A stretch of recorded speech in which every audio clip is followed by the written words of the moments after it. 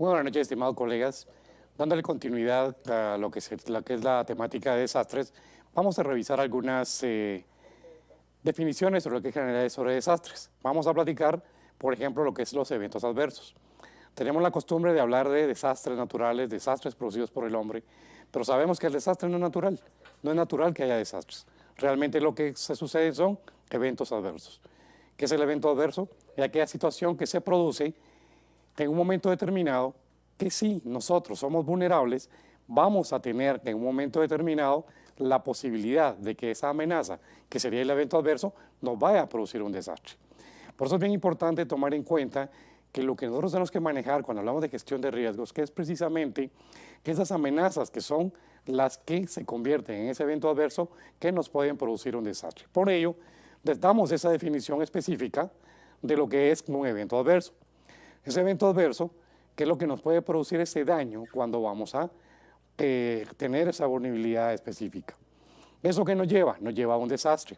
Un desastre que lo podemos definir específicamente como ese evento que se sucede, que ocurre, que en una forma repentina, que tiene un daño sobre los elementos sometidos y sobre todo nos produce daño a la salud del ser humano, pero también a la comunidad, a sus bienes y otra parte importante que tenemos que tomar en cuenta, a nuestro medio ambiente. Por eso, también es importante tomar en cuenta que esos desastres pueden ser producidos por el hombre. Por eso también, aparte del desastre, en general hablamos de la definición del desastre del punto de vista médico. Cuando de pronto en la comunidad no hay mayor problemática, pero un servicio de salud en lo que nosotros estamos es sobrepasado en su capacidad de atención, a eso le llamamos desastre del punto de vista médico, según la definición establecida por el Colegio Americano de Medicina de Emergencia.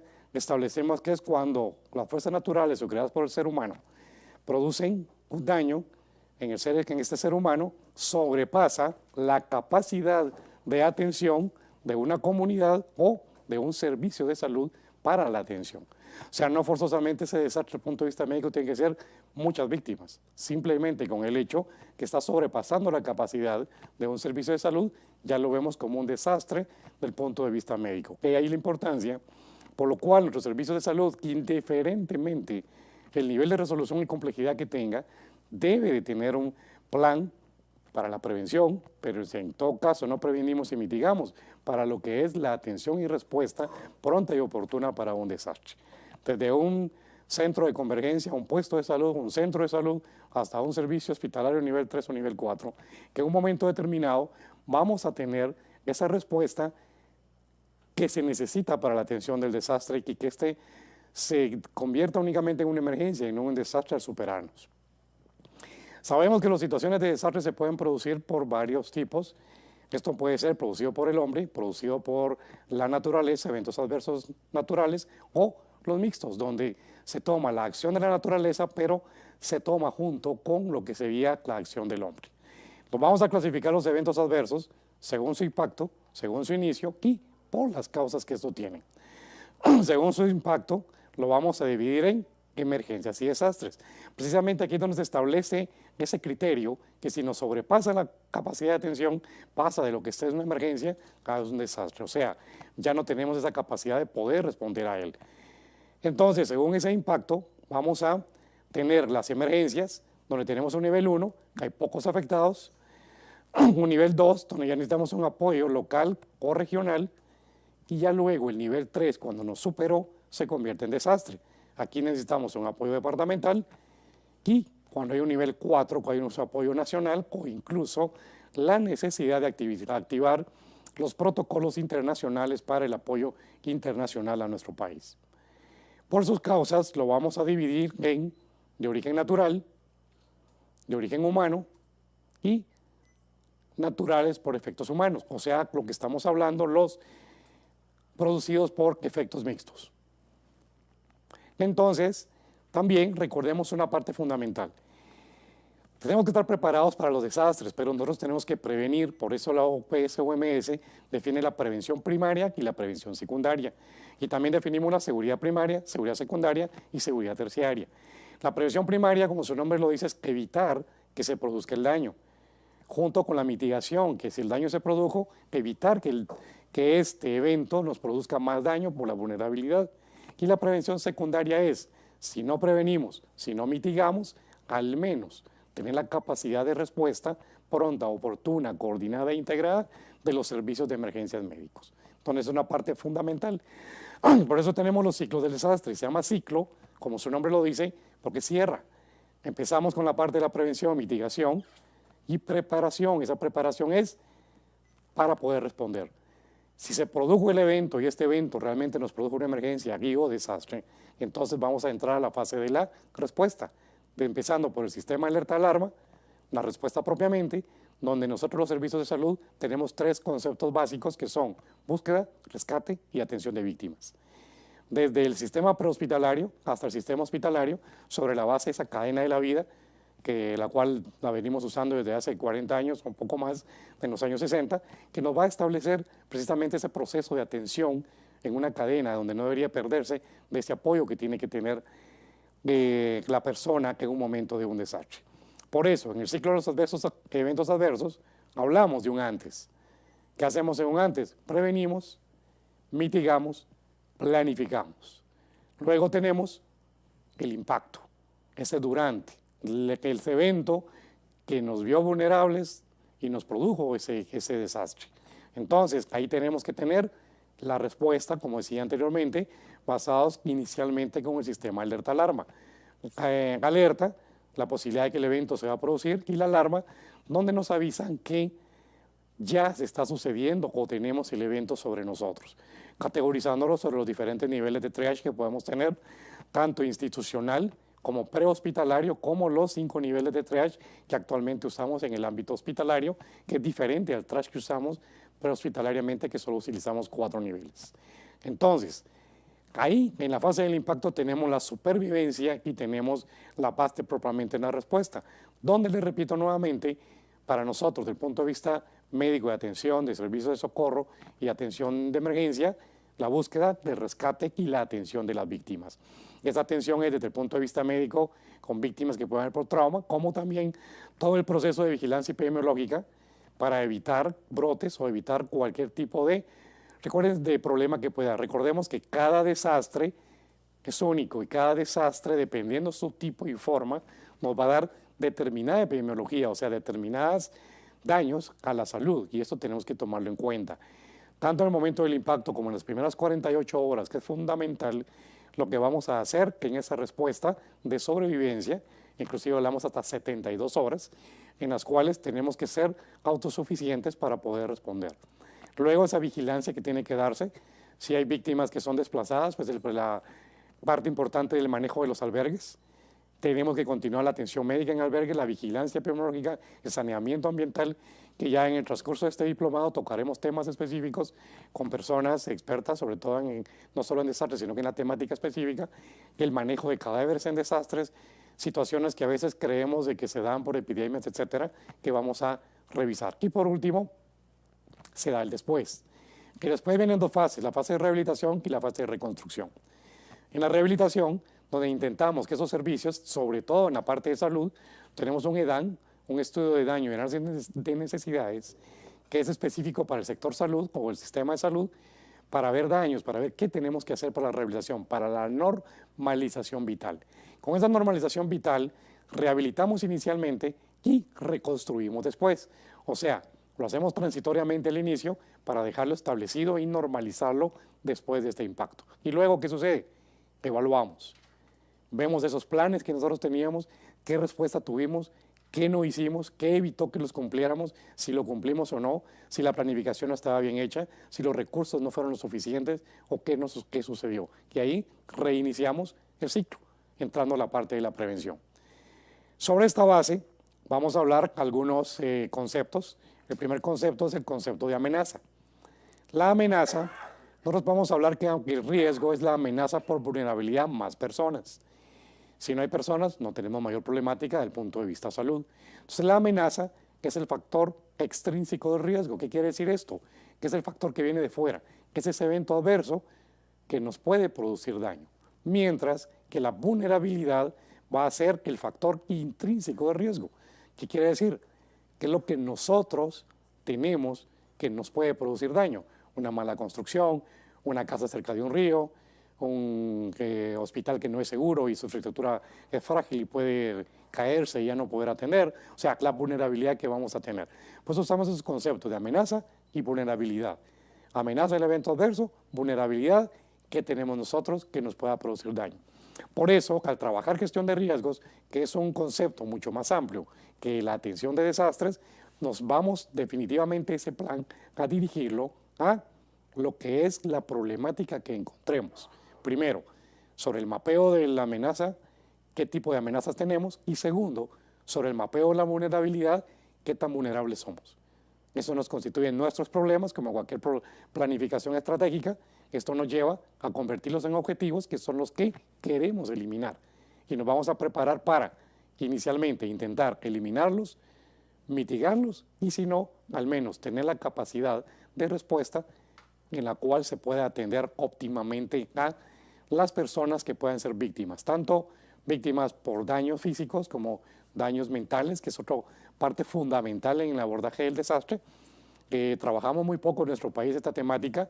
Desde el 2004, los guatemaltecos hicimos un EDAN en salud mental, el cual se utiliza actualmente para OPS-OMS. Se validó por expertos en Nicaragua en la primera vez, luego se valida en Guatemala, se usa ya en campo con un deslave que hubo en Senaú en el año 2005, donde hubo 22 víctimas mortales, donde ahí también por primera vez usamos los protocolos de manejo de cadáveres para desastres, y luego se valida a nivel nacional con el STAN.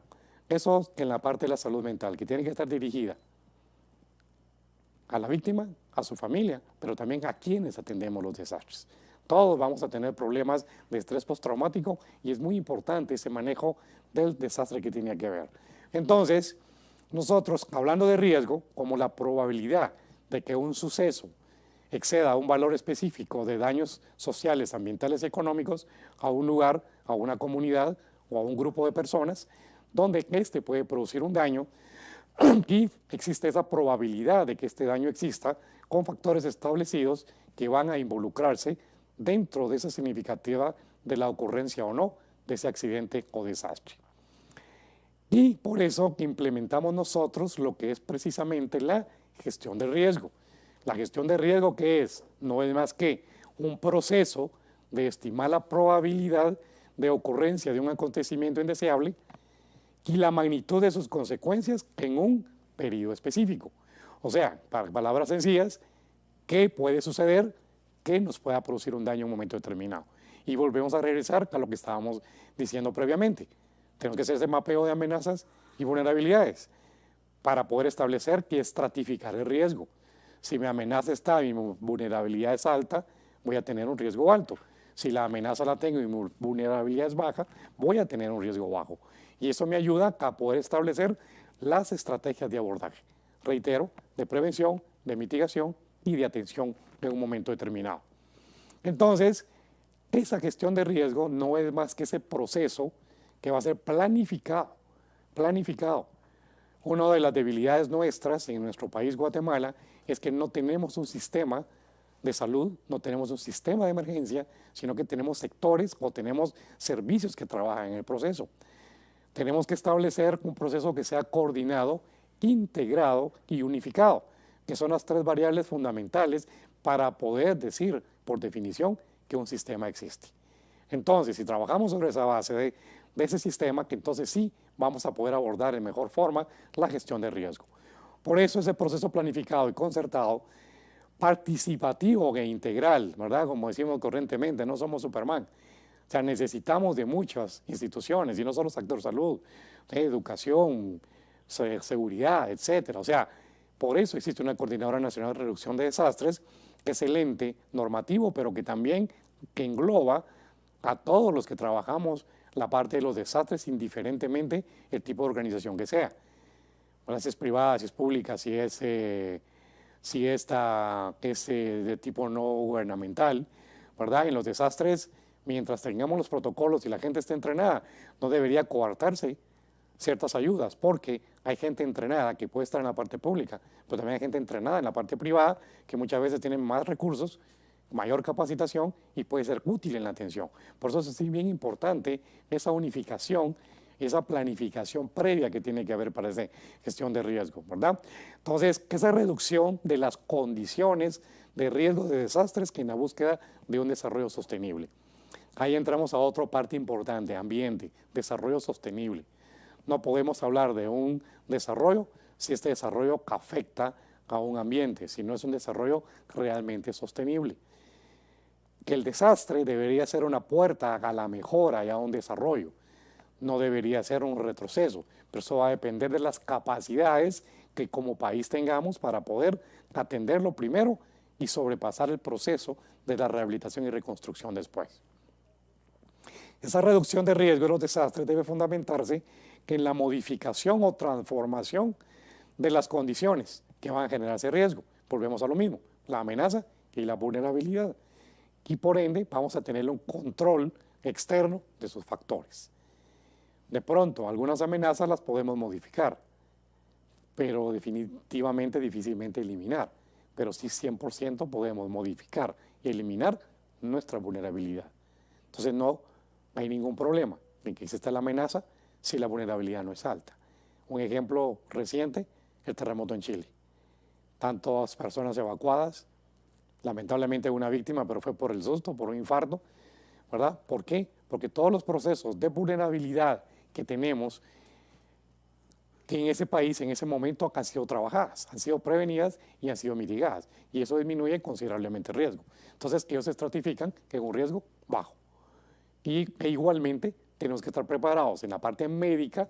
Y de ahí la importancia, estimados colegas, de este diplomado, de la aproximación que tenemos como Comisión de Urgencias y Desastres hacia ustedes.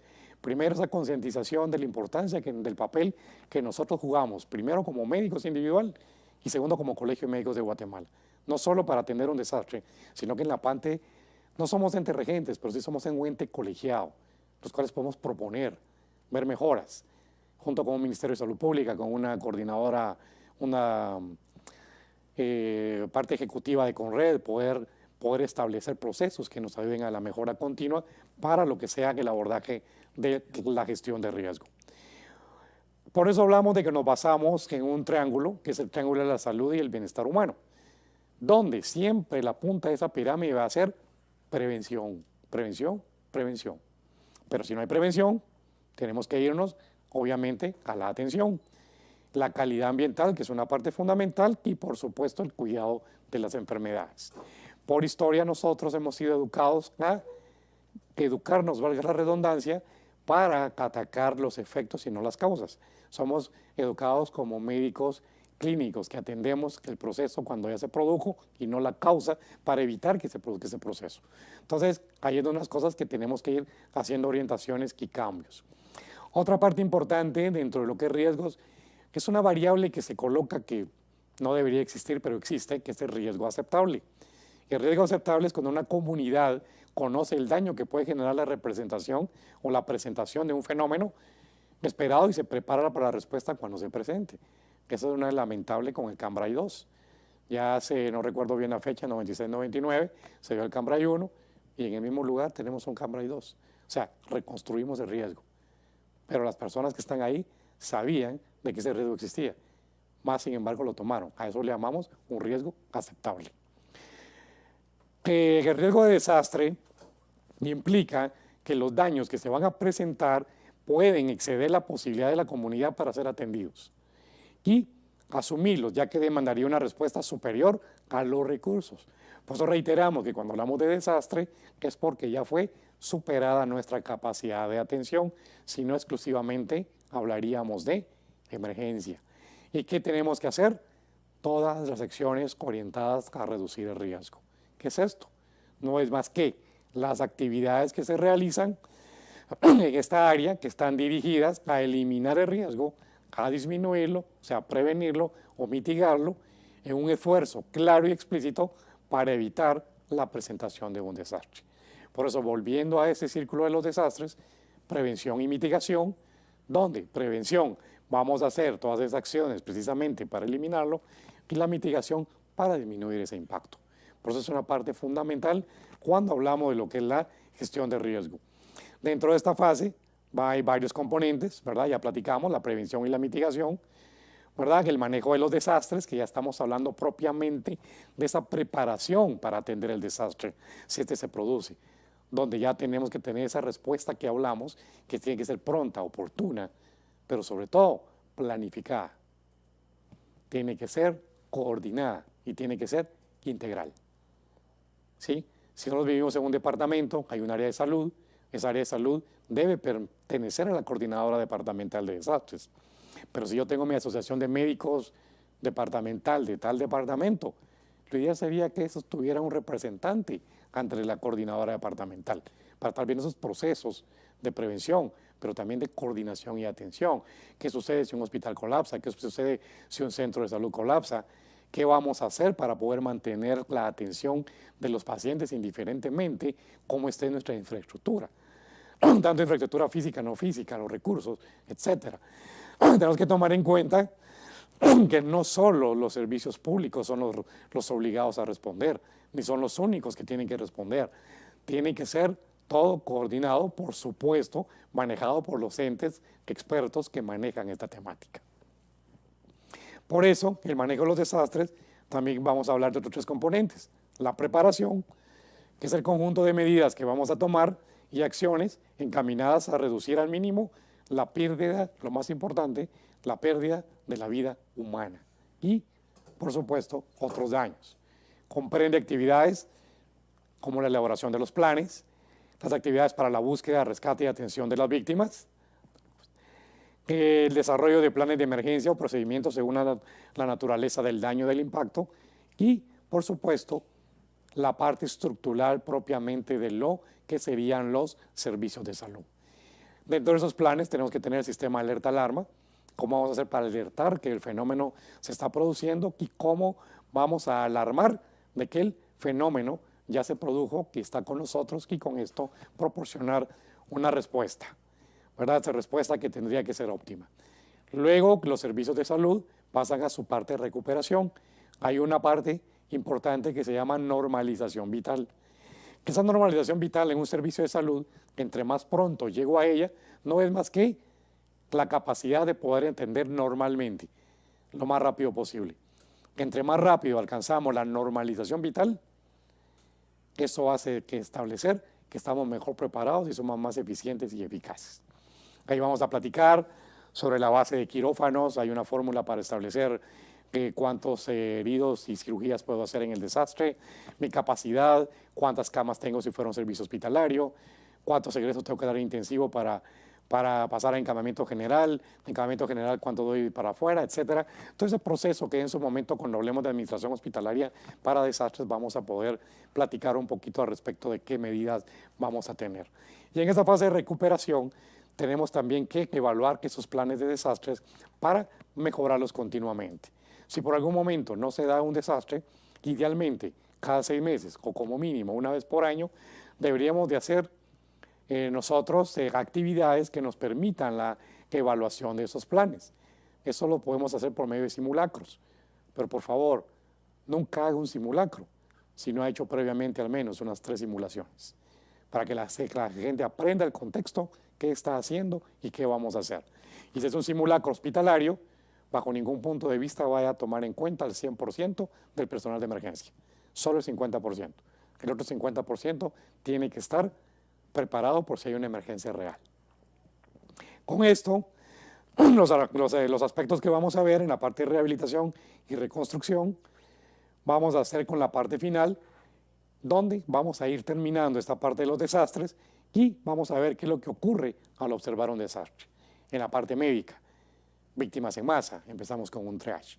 Temas que, si Dios permite, en el desarrollo de este diplomado, seguiremos tocando. Por el día de hoy que estamos con esta temática, vamos a continuar, vamos a hacer un pequeño receso, en lo cual vamos a retornar después con Teresa Marroquín, que nos va a venir que ella es la coordinadora de lo que es gestión de riesgos y atención de desastres de Cruz Roja, quien nos vendrá a apoyar, a hablarnos un poco de generalidades en desastres.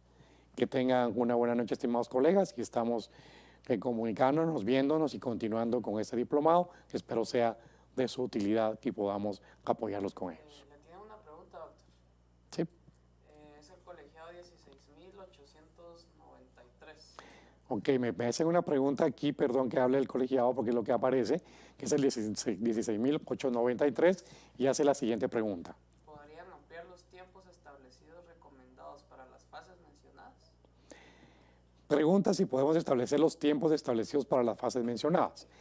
Los tiempos establecidos, no hay un tiempo específico para las fases mencionadas. La parte de prevención, mitigación y preparación, que sería en el antes, es permanente. Si eso es permanente, ¿verdad? Eso se hace todos los días, ¿verdad? En el momento de que hay una posibilidad de un evento, hablamos de alertas institucionales, o sea que la institución está en alerta, o alertas comunitarias, donde también la comunidad puede estar en alerta. Los diferentes que podemos usar, verde, amarillo, rojo, verde, amarillo, naranja, rojo, ¿verdad? Verde, normal, amarillo, prepárese, establezca sus recursos, vea sus planes, revise que los recursos los tiene. Naranja, es eminente el evento, empiece a hacer el plan, la gente que está afuera retorne a sus servicios, que estén preparados, y código rojo, atendamos. Momento de la respuesta, hablamos de la supervivencia, que generalmente hablamos de un plazo de 72 horas, que sería como que la parte clave, sobre todo en la recuperación de víctimas y poder salvar vidas. Y luego de eso, la fase de rehabilitación y reconstrucción.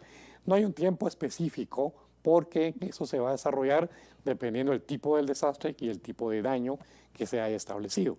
En ese momento, dependiendo de la problemática que haya, se tendrían que establecer los tiempos. Lo que sí es bien importante tomar en cuenta acá, y asumo que la pregunta va dirigida por eso, es que realmente tenemos que rehabilitar y reconstruir.